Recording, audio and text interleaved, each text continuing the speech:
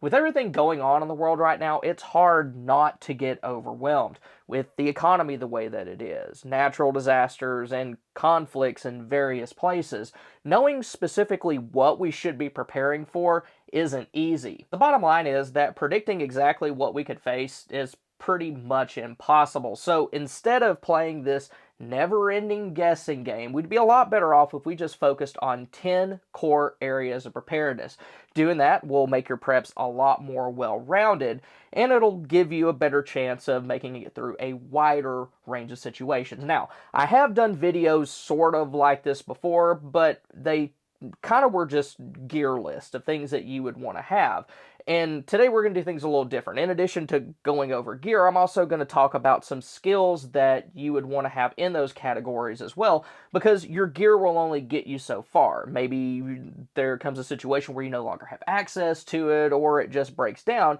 And if that happens, but you have skills to back them up, then you're going to have a much better chance of making it through. The first category that we're going to talk about is water. And for this, you want to have water stored, ways to get more water, and also ways to purify any water that you collect. Now, when it comes to home-based water filtration and purification, I actually use a multi-step process. I start off with Sawyer filter attached to a bucket, use that to remove most of the bigger stuff, boil out anything that remains, as far as viruses, and then run it through a Berkey to get rid of any chemical contaminants. That should take care of pretty much everything. But you also want to have ways to purify water on the go, and in situations like that, then a grill purifier bottle is very good to have. Now, as far as water storage methods, portable water containers are very good to have. They're attainable for most people. They're not all that expensive, and you can like slide them in between, couches, between your couch and your wall, back of closets, even if you live in an apartment. But in addition to all that, you also want to be aware of any water sources near where you live.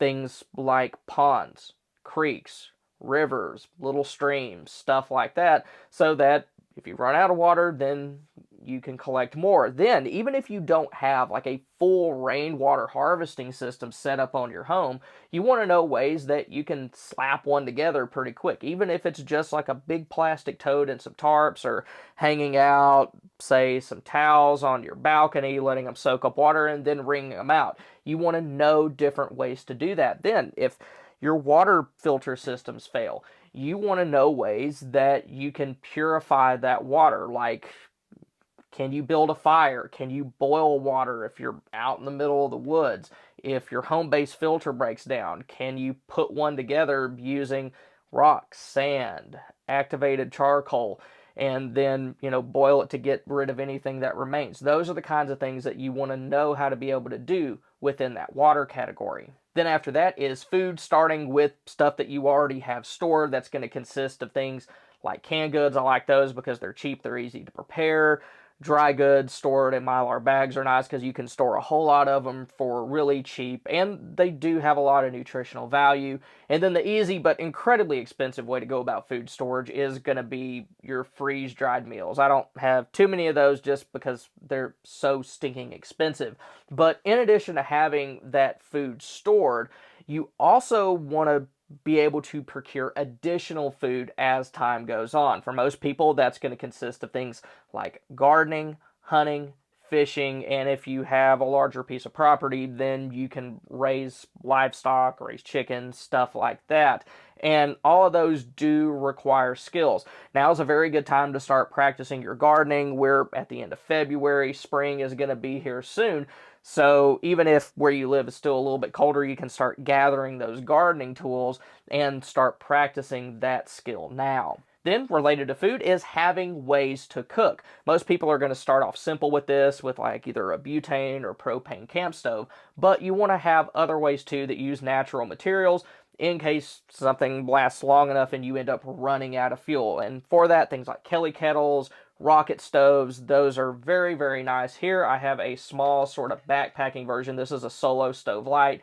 You can use it with natural materials like sticks. You can also stick an alcohol burner or a buddy burner down in there, and these do work pretty well. But, if worse comes to worse, you can make something kind of like this that you can build a fire under and then stick a pot on out of just a simple tin can. And being able to do that could be very useful in the right or wrong situation. Then, in addition to stoves, you also want to have pots and pans that you can cook in. And for that, for preppers, cast iron, stainless steel, and titanium are going to be the way to go.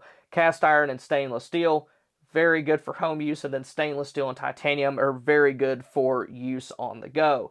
Then after that is blades and other things that you can use to process game. This is a little bit big for something like that. It's just kind of thick, but point is, you want to have nice, sharp, well-maintained tools that you can cook with, process any, deer, fish, whatever that you come across. And you're also going to need to be able to maintain those tools. So have a sharpening kit, know how to use it. And then also, when it comes to cooking, you are going to need to be able to build a fire. So have things like storm-proof matches, ferro rods, lighters, know how to use them, and then also start familiarizing yourself with more primitive fire starting methods, things like flint and steel. Then after that, we have medical items, starting with basic wound care stuff. Like I have a variety pack of different like gauze pads, gauze rolls, and stuff like that. That's kind of on the bigger side. You also want to have basic bandages, antiseptic, and then also different kinds of ointment. Like most people, you already have stuff like triple antibiotic ointment, but also have like burn gel and things like that.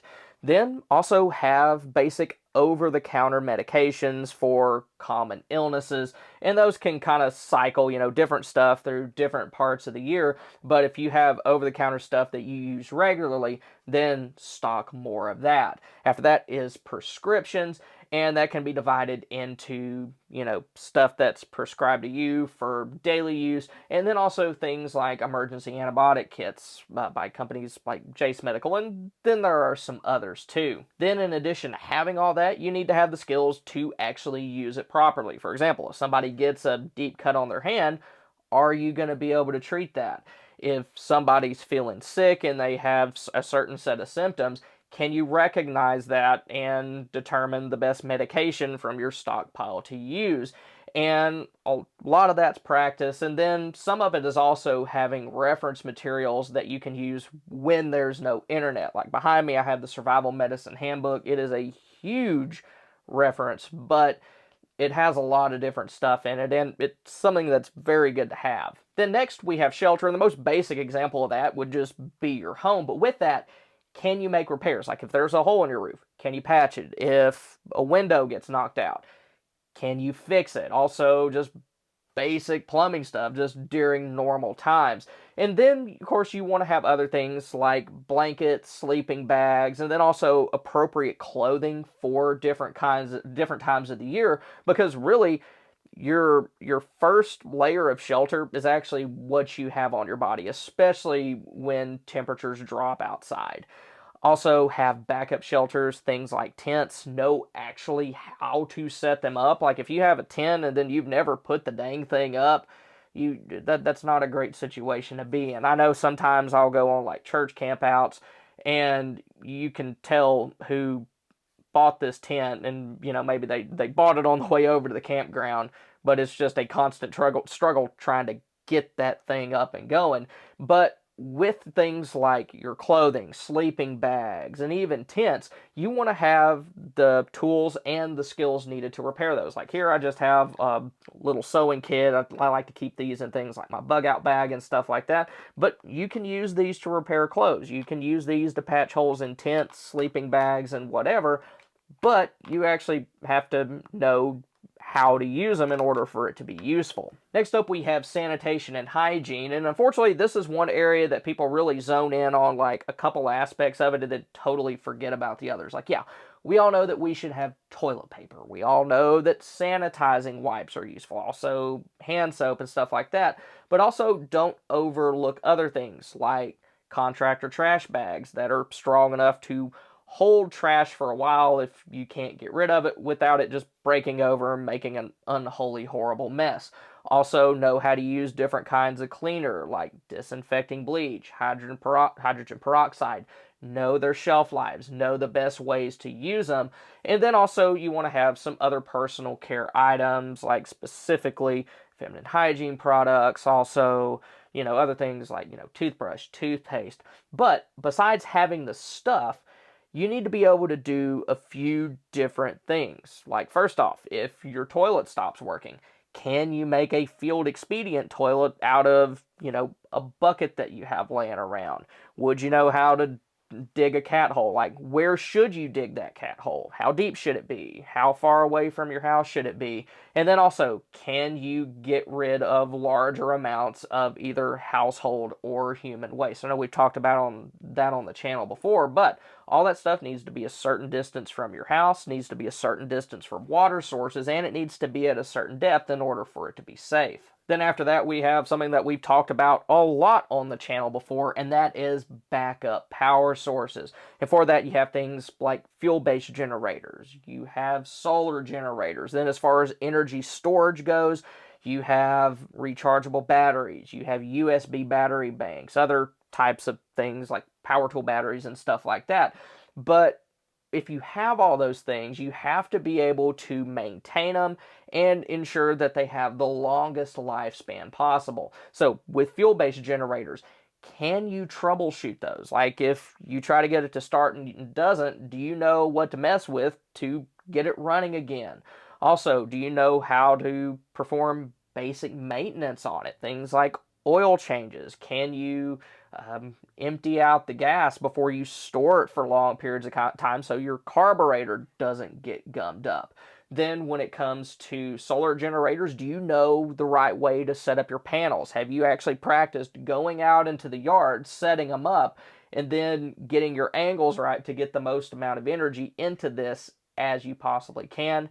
And then with these and then other kinds of batteries, do you know how to store those properly? Like lithium ion batteries, they shouldn't be stored at 100% or at a super low percentage for a long period of time because that can damage them. They should be stored anywhere between like 30 and 50%.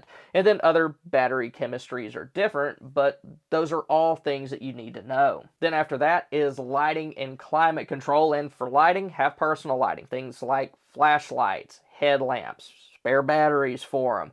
Also, LED lanterns for area lighting, but don't overlook the primitives, especially if you're concerned about a longer term situation that can include things like candles, oil lamps, hurricane lanterns, and then stuff like that.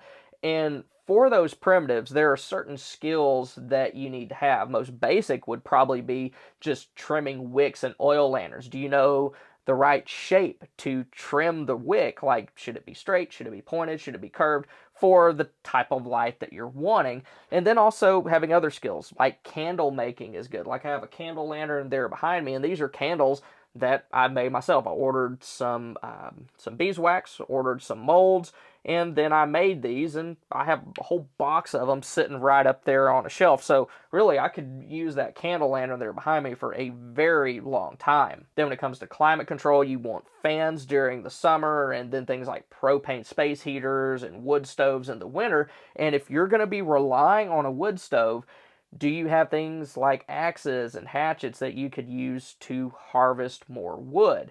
Also, do you have things that you could use to maintain the edge on those axes? And a big one with axes is going to be safety. Of course, you can mess yourself up with a knife really good, but if you don't know what you're doing with an axe or a hatchet, then you can do something really debilitating to yourself. So if you're going to be using those kinds of tools, you have to know how to use them safely. Then after that, we have defense and safety. And when it comes to defense, I recommend having the most effective weapon that you possibly can, and that varies where you live. If you live over in the UK, then your options are extremely limited, but where I am in Eastern Texas, my options are pretty much just cowabunga it is. I mean, AR-15s, semi-automatic handguns, the works. But regardless of what you have, whether it's an AR-15 or something like a crossbow,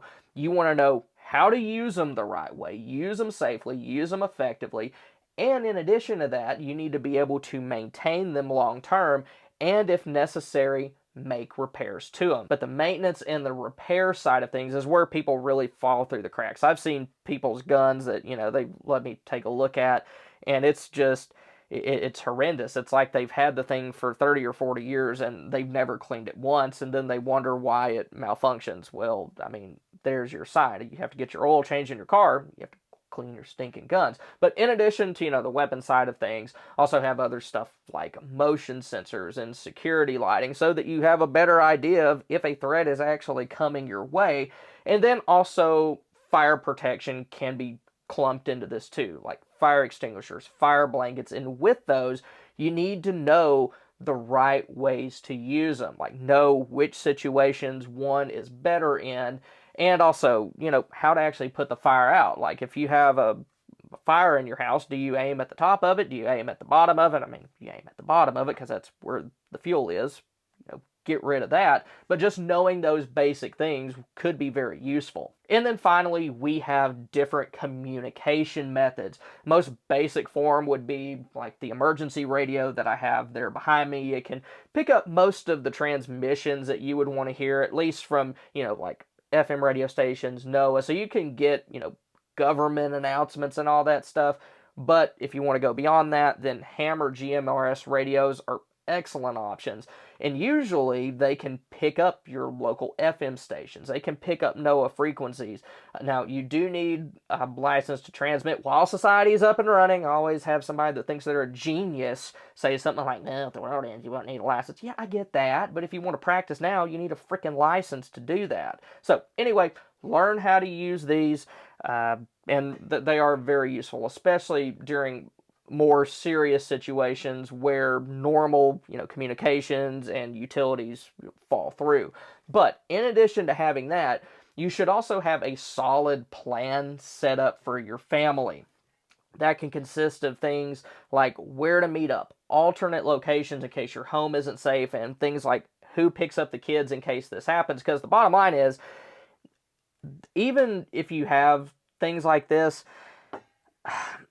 the range on them can be extremely limited. Like right now, my wife, I think, is like 20 miles away.